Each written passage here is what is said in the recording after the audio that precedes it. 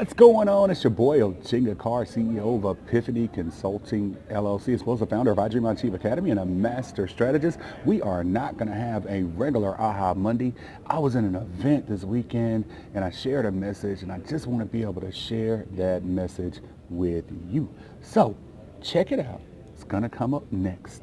Have an excellent week. Remember, Breakthrough Accelerator Bootcamp is now closed, but you can get on the wait list to come to the event. So hit the link at breakthroughacceleratorbbootcamp.com and we'll see if we can get you into the event, but the registration is officially closed. I'm here in the airport and I hope you have an excellent week. Let's go.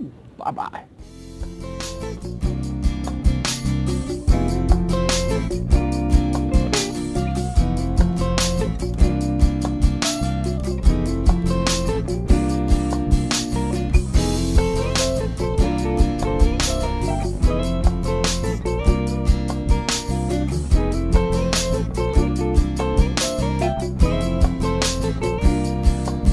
Have you ever bargained with God?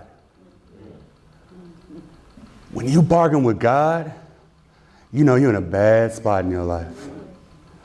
You're like, God, please, things are going to be, I'll do better. I promise if you get me out of this situation, I'll be all right. I promise if you just let me get just this one, if I can just pay this one bill, everything will be okay. If I can just get to this next step in my life, everything will be okay. So I can tell by the room, I know that y'all have bargained with God. Y'all aren't the only ones. I bargained with God. I'm going to tell you that the reason why I'm here is because of a bargain. I want to tell you, September 22nd, 2007, this is what I look like. All right?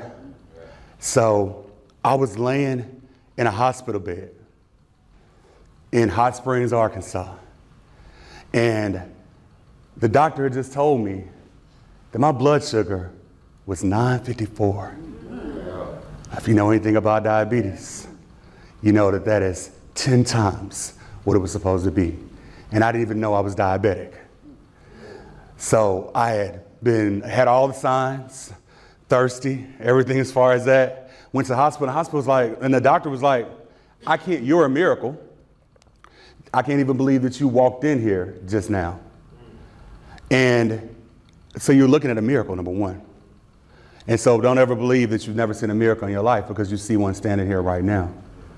But understand at that point in time, I didn't feel like a miracle. I felt like that it was over, honestly.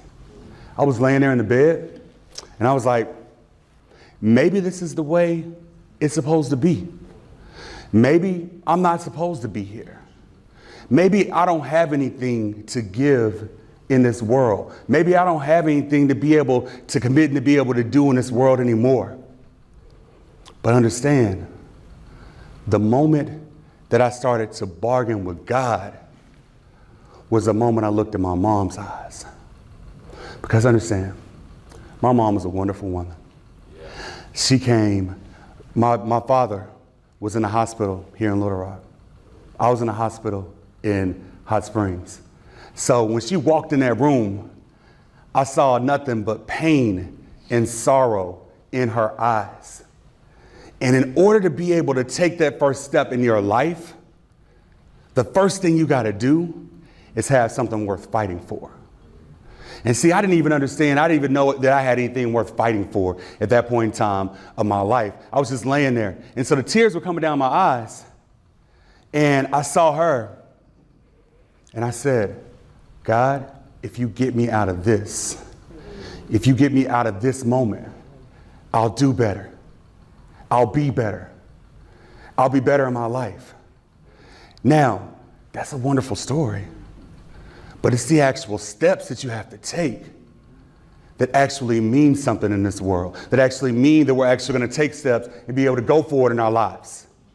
So before you understand where you are when you bargain with God at that moment, you have to understand how you got to that place in your life.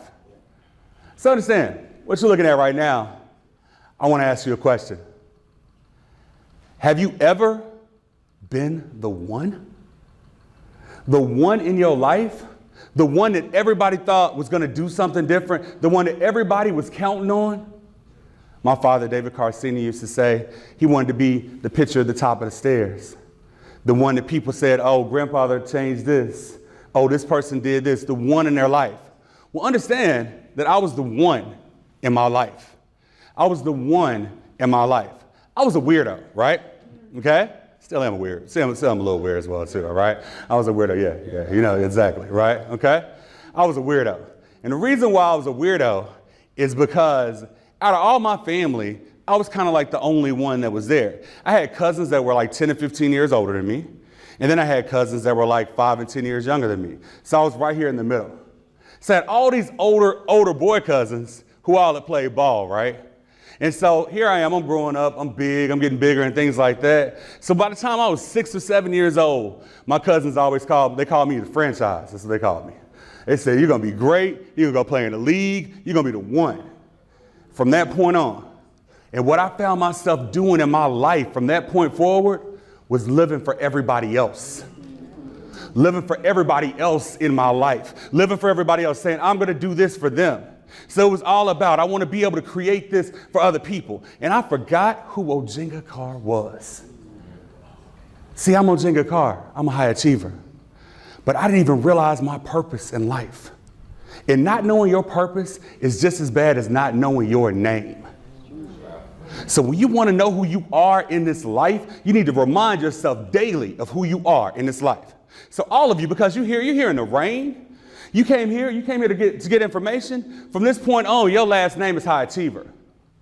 Because that's who you are in this life, all right? Because you have to be, just like Kevin said, in order to be able to come out and go play in the rain, that means those are people who are really serious about what you're doing here today.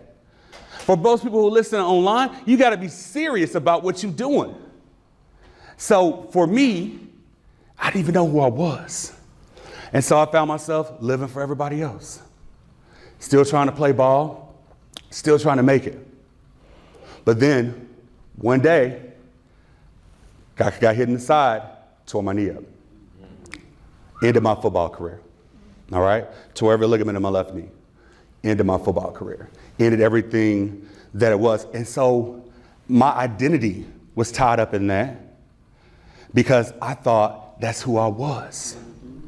Because I didn't know who my purpose and what my purpose was. I didn't know what it was I was supposed to do in my life. I didn't realize it. So I'm just like a rudderless boat, just out there, just floating wherever. And so I took comfort in food. And ultimately, that brought me to being 475 pounds.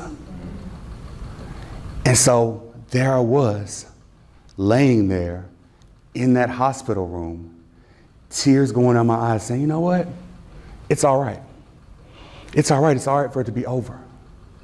But when I saw my mom and I saw the pain that she was going through, and I found out that I was a part of causing that pain that was there, I knew that I had to do something different in my life. And so when you know you have to do something different in your life, that's actually the easy part. The hard part is taking the steps.